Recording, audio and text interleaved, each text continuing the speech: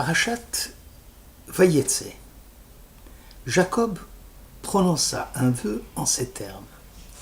Si le Seigneur est avec moi, s'il me protège dans la voie où je marche, s'il me donne du pain à manger et des vêtements pour me couvrir, si je retourne en paix dans la maison paternelle, alors le Seigneur aura été un Dieu pour moi. Et cette pierre que je viens d'ériger au monument deviendra la maison du Seigneur. Et tous les biens que tu m'accorderas, je veux t'en offrir la dîme. Genèse 28. Le vœu formulé par le patriarche intrigue nos commentateurs, notamment la partie du vœu où il déclare « Alors le Seigneur aura été un Dieu pour moi, Vehaya Hashem li l'Elokim ».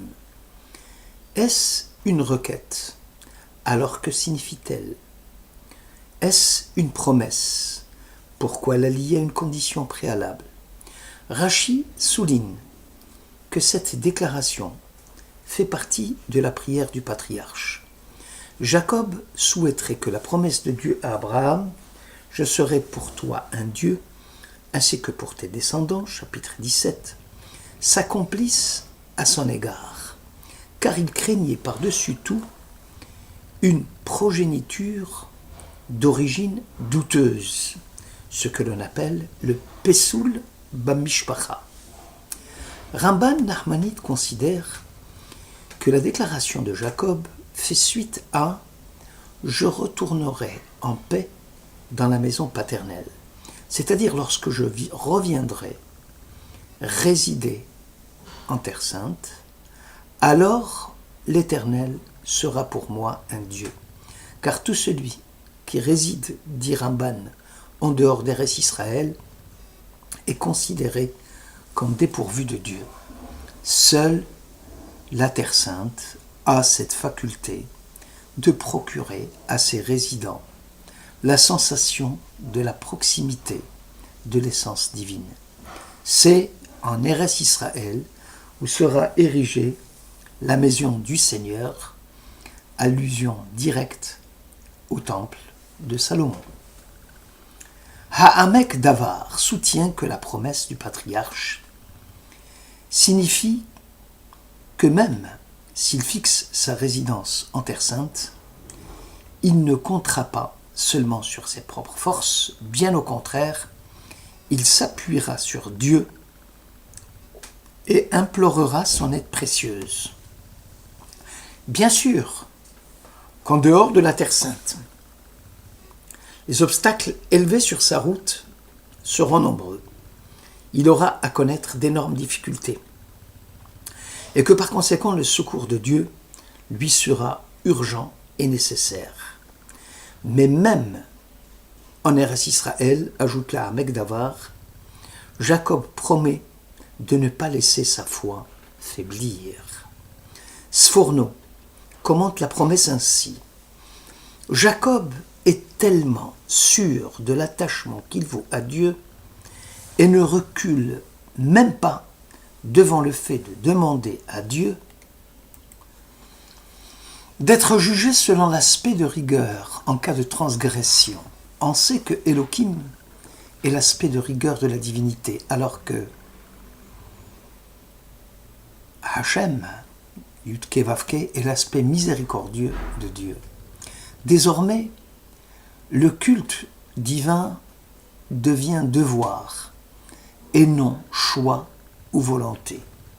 Haktav ve'hakabala complète notre étude en expliquant que la conjonction im, si, traduite par si, et qui marque avec l'indicatif présent le caractère certain du lien établi entre la condition et sa conséquence, n'a pas sa place ici.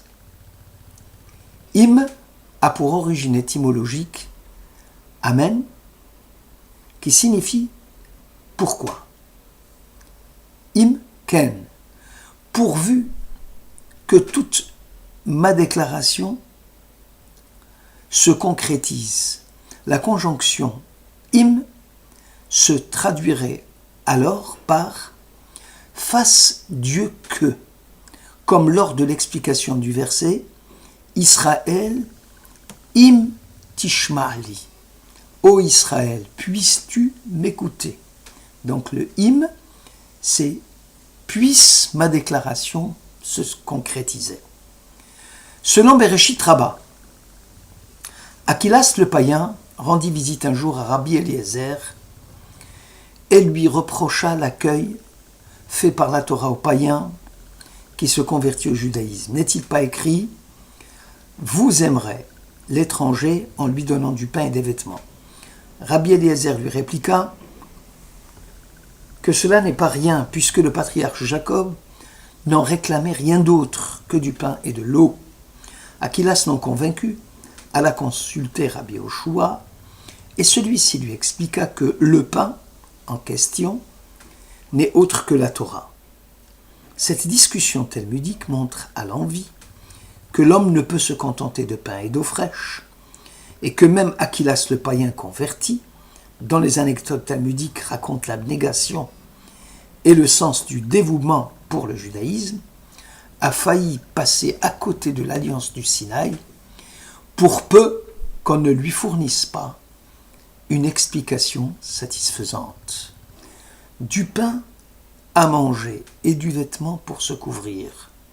Ralbag n'hésite pas à rester attaché au sens obvi du texte. L'homme, dit le Ralbag, ne doit en aucune façon être excité par l'appât du gain et doit savoir se contenter du nécessaire pour vivre.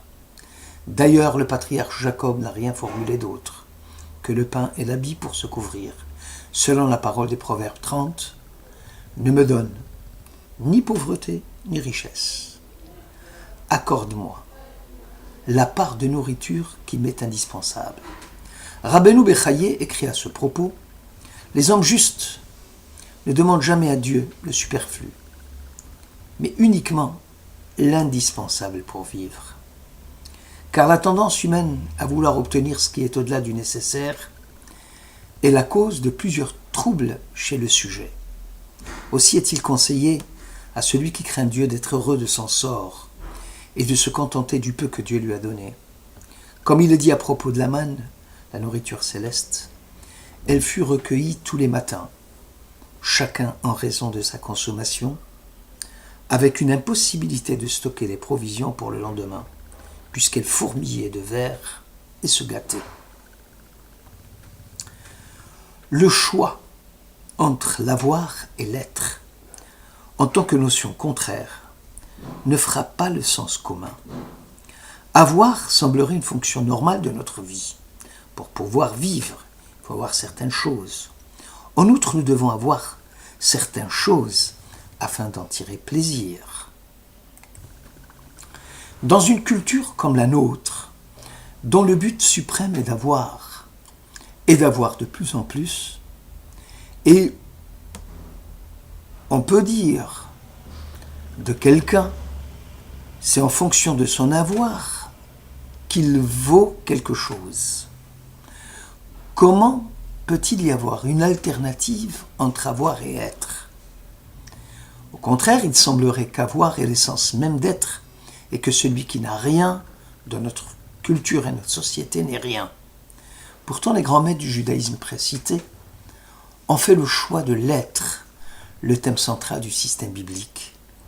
Tous enseignent que pour pouvoir parvenir au plus haut niveau du développement humain, dans sa relation de proximité avec Dieu, l'homme ne doit pas être avide de posséder.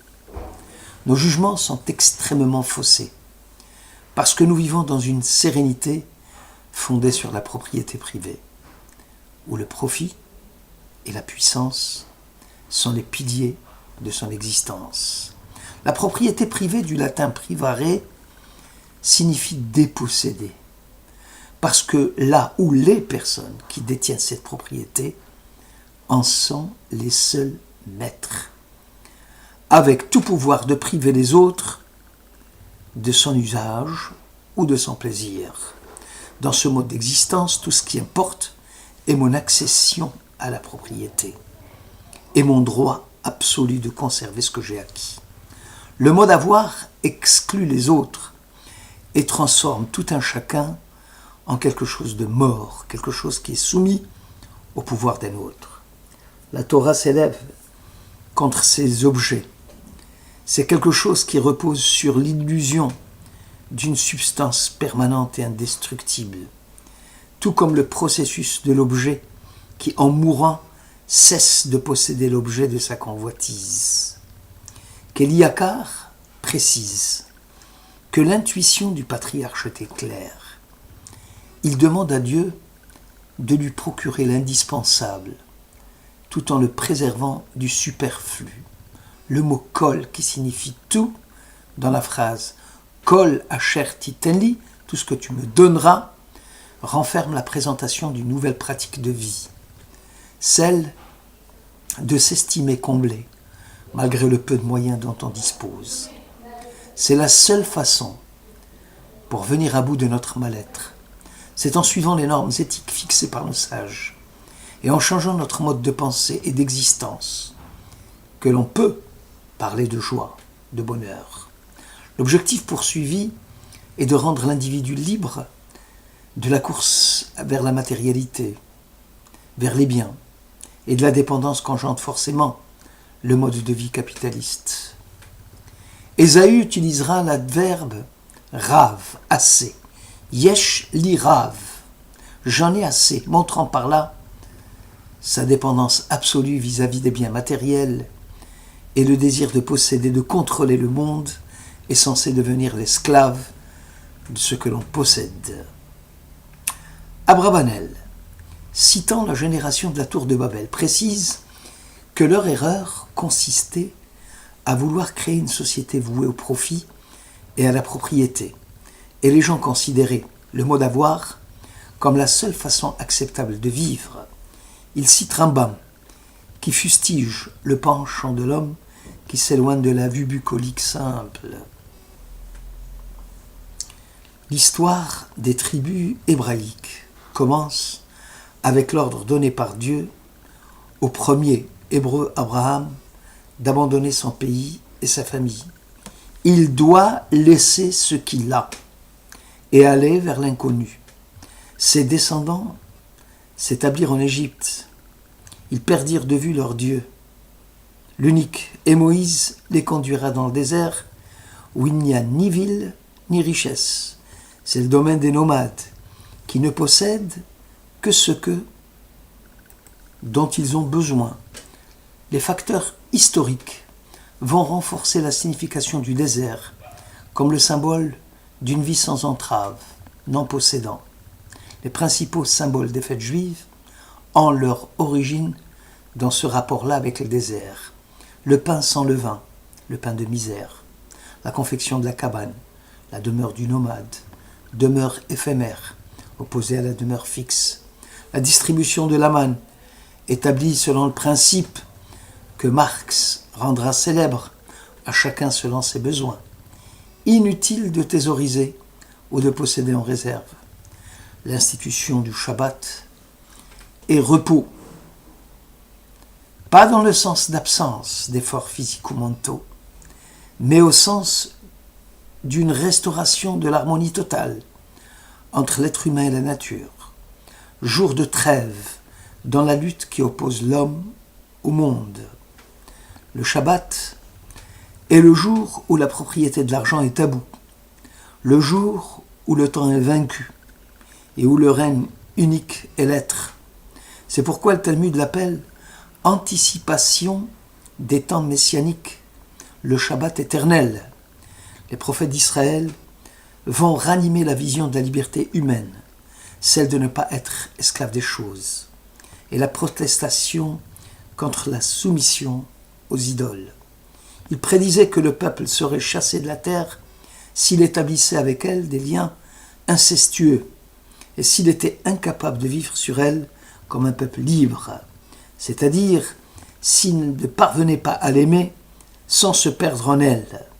Pour les prophètes d'Israël, l'expulsion de la terre est une tragédie, mais c'est le chemin de la libération finale. Le nouveau désert devait durer plusieurs générations. Ce fut le début d'une riche tradition juive. en même temps que la perte de tout ce que le peuple juif avait eu, son État, son temple, son armée, ses prêtres, ses rites. Et pourtant, il leur restait en tant que groupe essentiel l'idéal d'être, connaître, apprendre, penser et espérer le Mashiach. Le Maharal de Prague, sur traité Abot, chapitre 4, écrit « L'homme qui se contente de son sort est l'homme parfait, beaucoup plus que ne le sont les hommes riches de ce monde. Celui qui possède ne peut jamais se rassasier et vit constamment en état de manque et de dépendance. L'homme heureux est l'homme comblé, qui n'a besoin de rien, même si ses moyens financiers sont limités. Heureux sois-tu dans ce monde-ci, et heureux sois-tu dans l'au-delà. La différence entre le monde terrestre et le monde à venir consiste dans le fait que l'essence même de l'au-delà est la dépossession. Seul le monde ici est celui de l'avoir. L'esprit a une existence autonome. Il se suffit à lui-même et ne réclame rien en possession. Aussi l'homme comblé est placé déjà dans un monde prélude de la vie future.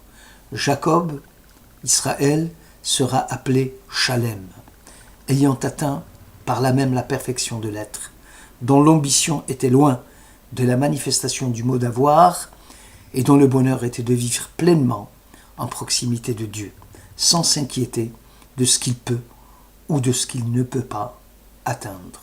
Merci de votre écoute.